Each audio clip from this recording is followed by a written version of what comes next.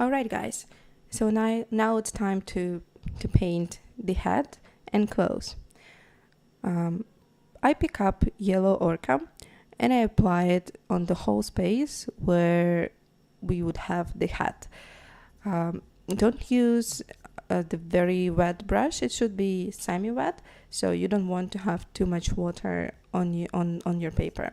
But you have to be able to control the flow of your paint, so that's why the brush should be semi-wet. Move from up to down and spread the paint over the place on your head. Then when your paper is still wet, you should add a little bit of darker pigment, darker tone. So in my case, I picked up the burnt sienna, and again, using a semi-wet brush, I just dropped a few drops of burnt sienna pigment in the corners where you see that the head meets the hair. So this is the darkest spot, and that's why you will have more shadow there, and that's why we want to deepen the color in that area.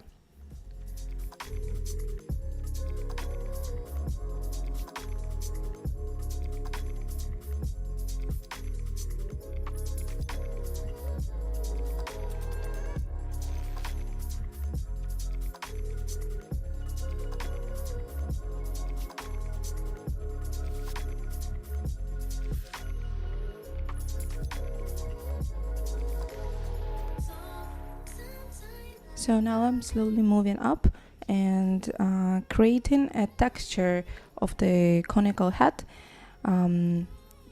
So actually, I don't know if you know about the origin of the Asian rice head, or also they could call it farmer's head.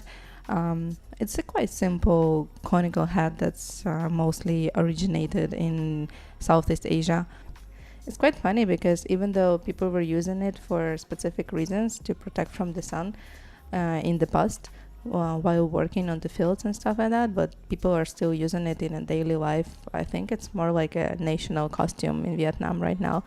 And also you can buy lots of souvenirs and like little small things in the shape of those conical heads. It's quite cute. All right, enough about the hat. So let's move to painting the clothes, the shirt of the child. And in this time, I decided to use wet on dry technique, which means that I dropped I used quite a wet brush, and I dropped kind of watery pigment on paper, and I allowed water to do the job and to spread the paint in the directions I need.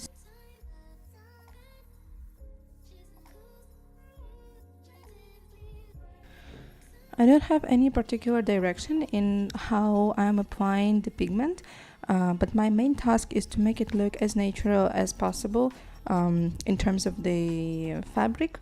So now I'm applying another color, another pigment. In my case, it's carmine, which is kind of pinkish, so it's different from the previous one. And using the more concentrated carmine pigment, I'm applying it in corners of the shirt, and I'm kind of outlining the places where the fabric is folding, so to make more natural feeling of a material. So I don't use a black color to make shadow. I use purple, or in other cases I actually prefer to use blue or ultramarine blue for the same reason.